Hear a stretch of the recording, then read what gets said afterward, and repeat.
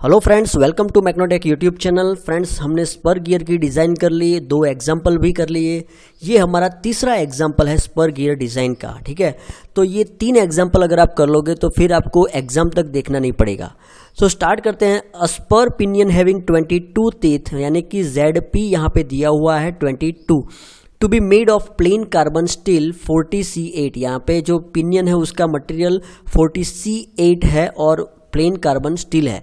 तो उसकी ultimate strength यहाँ पे दी हुई है 580 newton per mm², and to be mesh with the gear having 88 teeth, यानी कि यहाँ पे ZG दिया हुआ है, गियर के टीथ 88, एंड उसका material grey cast iron FG 260, यानी कि अल्टीमेट स्ट्रेंथ जो है वो 260 न्यूटन पर mm² है। ठीक है, the pinion shaft connected to 12 kilowatt electric motor जो है उसका पावर 12 किलोवाट दिया है। आरपीएम जो है 1440, यानी कि 1440 यहाँ पे आरपीएम दिए हुए हैं। NP, okay, RPM of pinion NP. Then the starting torque of rotor motor is approximately twice the rated torque, यानी कि यहाँ पे एप्लीकेशन फैक्टर जो है वो 2 दिया हुआ है। The tooth system is 20 degree full depth involute, standard जो प्रेशर एंगल है वो 20 डिग्री दिया हुआ है। इसके अकॉर्डिंग अब हमें यहाँ पे एजम्पशन करना है, लेकिन almost all the data is given. The face width is 10 times the module, यानी कि B is equal to 10 module यहाँ पे दिया हुआ है।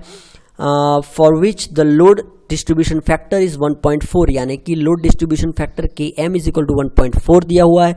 The gear are to be machine to meet the specification grade 7.6 which deformation factor is 240 Newton पर mm, यानी कि डिफॉर्मेशन फैक्टर C यहाँ पे दिया हुआ है। अब ये C दिया हुआ है, उसका मतलब कि डायनामिक फोर्स भी हमें फाइंड आउट करना पड़ेगा। ठीक है, if the factor of safety required against the bending failure, यहाँ पे NFB, factor of safety NFB is equal to 1 दे दी है, और यहाँ पे वेलोसिटी फैक्टर जो है KV is equal to 6/6 plus V दिया हुआ है, and Buckingham equation for dynamic load. Okay, Buckingham equation में जो KV यूज होता है वो 6/6 प्लस V दिया हुआ है। If the factor of safety required against the pitting failure is 1.5, यानी कि यहाँ पे NFW वियर की फैक्टर ऑफ सेफ्टी दे दी है। स्पेसिफाई द सरफेस हार्डनेस, हमें BHN फाइंड आउट करना है। तो ये था गिवन डेटा। अब देखते हैं प्रॉब्लम। तो सबसे पहले हमें यहाँ पे बेंडिंग स्ट्रेंथ देखनी है। ठीक है, तो बेंडिंग स्ट्रेंथ का इक्वेशन जैसे आपको पता है, बेंडिंग स्ट्रेंथ का इक्वेशन क्या है, तो FB is equal to sigma B BMY। Okay, तो ये बेंडिंग स्ट्रेंथ का इक्वेशन है। उसमें यहाँ पे सिग्मा B दिया हुआ है, ठीक है, लेकिन सिग्मा B पिनियन के लिए भी है और गियर के लिए भी है। तो यहाँ पे गियर लिया है। ठीक है, गियर क्यों लिया है, तो उसके लिए हमें यहाँ पे गियर या पिनियन दोनों में से कौन सा वीक है वो हमें देखना पड़ेगा। तो वो कैसे देखेंगे, सिग्मा B इंटू वाई करके। तो यहाँ पे G के लिए अगर देखें तो सिग्मा BG, ठीक है, वो कैसे मिलेगा, तो अल्टीमेट स्ट्रेंथ यहाँ पे दी हुई है 260 डिवाइड बाय 3, एंड यहाँ पे भी पिनियन के लिए अल्टीमेट स्ट्रेंथ डिवाइड बाय 3। तो यहाँ पे हमें sigma BP and sigma BG मिल जाएगा। और ये YP और YG क्या है, तो ये है Lewis form factor for pinion and gear. अब यहाँ पे पिनियन का हो तो यहाँ पे ZP रखेंगे, और गियर का हो तो यहाँ पे ZG रखेंगे। और ये जो इक्वेशन आपको मिला वो as per 20 degree pressure angle के हिसाब से स्टैंडर्ड ये वैल्यू है, जो कि आपको डिजाइन डेटा बुक में मिल जाएगी। तो यहाँ पे YP और YG की वैल्यू मिल गई, sigma B pinion and sigma B gear की वैल्यू मिल गई, और उसको मल्टीप्लाई करेंगे सिग्मा B इंटू वाई को, तो उसका जो गियर और पिनियन का जो यहाँ पे आंसर मिल रहा है, उसमें जो गियर है वो कम दिख रहा है 39, और पिनियन है वो 68 है। तो यहाँ पे 39 कम होने की वजह से वो वीक है, हम ऐसा बोल सकते हैं कि अगर फेलियर होगा तो गियर का सबसे पहले होगा। तो अब हम बेंडिंग स्ट्रेंथ की बात करें तो यहाँ पे हमें गियर एग्ज्यूम करना है, इसीलिए हमने सिग्मा BG और YG यहाँ पे लिया है। तो बेंडिंग फेलियर का इक्वेशन है, बेंडिंग स्ट्रेंथ का इक्वेशन है सिग्मा B BMY। तो यहाँ पे B भी दिया हुआ है गिवन डेटा में 10 मॉड्यूल, देन मॉड्यूल को एज इट इज रखना है, एंड YG हमने यहाँ पे फाइंड आउट कर दिया है। तो सब वैल्यू रखेंगे तो हमें आंसर जो मिलेगा वो कुछ इस तरह से मिलेगा, 391.23 मॉड्यूल स्क्वायर न्यूटन। ओके, ये जो M है वो मॉड्यूल स्क्वायर के फॉर्म में है। ठीक है, तो यहाँ पे जो आंसर मिलेगा मॉड्यूल स्क्वायर के फॉर्म में मिलेगा। उसके बाद अब हमें इफेक्टिव लोड फाइंड आउट करना है। तो इफेक्टिव लोड का बेसिक जो इक्वेशन है वो है KA KM FT upon KV, ये उसका बेसिक इक्वेशन है। अब गिवन डेटा में आपको KA की वैल्यू दी थी, KM की वैल्यू दी थी, FT की वैल्यू हमें फाइंड आउट करनी पड़ेगी। कैसे फाइंड आउट करेंगे? P/V करके। और P जो है, P क्या है? That is the power transmit. तो 12,000 वॉट जो है पावर ट्रांसमिट दिया हुआ है। और V जो है पिच लाइन वेलोसिटी बोलते हैं, और V is equal to πdn upon 60। और ये जो पिच लाइन वेलोसिटी है वो ऑलवेज कंसीडर पिनियन, ओके। तो पाई dp np अपॉन 60 इंटू 1000। तो यहाँ पे dp जो है वो m into zp np upon 60 into 1000। तो ये भी जो आंसर मिलेगा हमें v, वो मॉड्यूल के फॉर्म में मिलेगा, ठीक है। तो यहाँ पे ये v जो है वो हमें मॉड्यूल के फॉर्म में मिला, ठीक है। तो वो उसका आंसर जो है FT का कुछ इस तरह से आएगा। आपने देखा यहाँ पे जो FT का आंसर है कुछ इस तरह से आएगा। और यहाँ पे भी v यूज़ हो रहा है, ठीक है। वेलोसिटी फैक्टर है 6/6 प्लस v, तो यहाँ पे जो v यूज़ हो रहा है वो भी मॉड्यूल के फॉर्म में आएगा। तो बेसिकली ये सब जो आंसर मिले हमें वो हम ये F इफेक्टिव में रखेंगे। तो हमें जो मिलेगा, आप सॉल्व करो कैलकुलेटर से, तो हम आपको जो आंसर मिलेगा वो कुछ इस तरह से मिलेगा। और इसके फॉर्म में ही लाना है, क्यों लाना है वो हम बाद में देखते हैं। तो इस तरह से आपको ये फॉर्म में आंसर लाना है F इफेक्टिव का। अब देखते हैं, तो अब एस्टिमेशन ऑफ मॉड्यूल, यानी कि अब हमें मॉड्यूल फाइंड आउट करना है। तो FB जो है वो हमने यहाँ पे फाइंड आउट कर दिया है 391.23 मॉड्यूल स्क्वायर। FB जो है वो हमें मिला।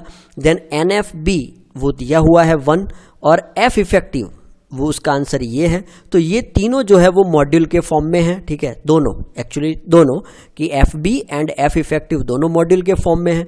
अब ये जो M है ना वो इधर आ जाएगा मॉड्यूल स्क्वायर के पास, तो ये m क्यूब हो जाएगा। और यहाँ पे ये इसको नीचे ला देते हैं, तो फिर आपको इस तरह से कुछ मिलेगा। Module cube is equal to 51.77 plus 14.31 module. अब ये by trial and error method करके आप कैलकुलेटर में ही आप मॉड्यूल फाइंड आउट कर सकते हो, उसकी मेथड मैं आपको बताऊंगा, ठीक है। तो मॉड्यूल हमें यहाँ पे कैलकुलेटर से हमें ये इक्वेशन जो है वो हम सॉल्व कर सकते हैं, और हमें आंसर मिलेगा मॉड्यूल इज इक्वल टू 5। अब एक बार ये मॉड्यूल मिल जाए तो हमें ये सारे टर्म जो है वो हम फाइंड आउट कर सकते हैं। तो ये मॉड्यूल मिल गया, उसके बाद ZG जो दिया हुआ है DP pitch circle diameter of pinion, M into ZP ये हमें मिल जाएगा। देन HA मिल जाएगा, देन सेंटर डिस्टेंस मिल जाएगा, ZP B 10 मॉड्यूल है तो मॉड्यूल रखेंगे तो B मिल जाएगा। देन DG HF ये सब हमें मिल गया। ये सब कैसे मिला? मॉड्यूल को फाइंड करके। अब दूसरा जो है प्रिसाइज एस्टिमेशन के लिए हमें डायनेमिक लोड फाइंड आउट करना है। तो डायनेमिक लोड के लिए ये बकिंगहाम इक्वेशन यहाँ पे दिया हुआ है, आपको ये याद रखने की आवश्यकता नहीं है। डिज़ाइन डेटा बुक में आपको ये इक्वेशंस मिल जाएंगे, ठीक है। तो यहाँ पे C दिया हुआ है आपको, ठीक है। और V जो है उसमें मॉड्यूल रखेंगे तो हमें ये मिल जाएगा। V ऑलरेडी हमने ऊपर फाइंड आउट कर दिया है, फिर से आपको बता दूँ यहाँ पे V हमने यहाँ पे फाइंड आउट कर दिया है πdn अपॉन 16 to 1000। सो यहाँ पे V हमारे पास है, B हमने फाइंड आउट कर दिया है, यहाँ पे है B, तो B फाइंड आउट हो गया, C हो गया, FT मैक्स। तो FT max is equal to KA KM FT, ठीक है। तो KA KM हमारे पास है, और FT जो है टेंजेंशियल फोर्स P/V वो भी हम फाइंड आउट कर सकते हैं, P/V, और ये मॉड्यूल रख देंगे तो V मिल जाएगा, तो हमें FT भी मिल जाएगा। तो यहाँ पे FT यहाँ पे फाइंड हो चुका है। Then velocity, pitch line velocity भी हम फाइंड कर सकते हैं।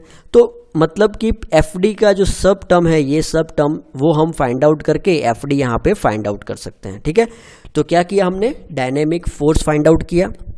अब अगेन F इफेक्टिव फाइंड करना है। एक बार तो हमने किया था यहाँ पे इफेक्टिव लोड, ठीक है, लेकिन ये जो दूसरी बार कर रहे हैं वो प्रिसाइज एस्टिमेशन के लिए है, और उसमें डायनेमिक लोड हमने कंसीडर किया है।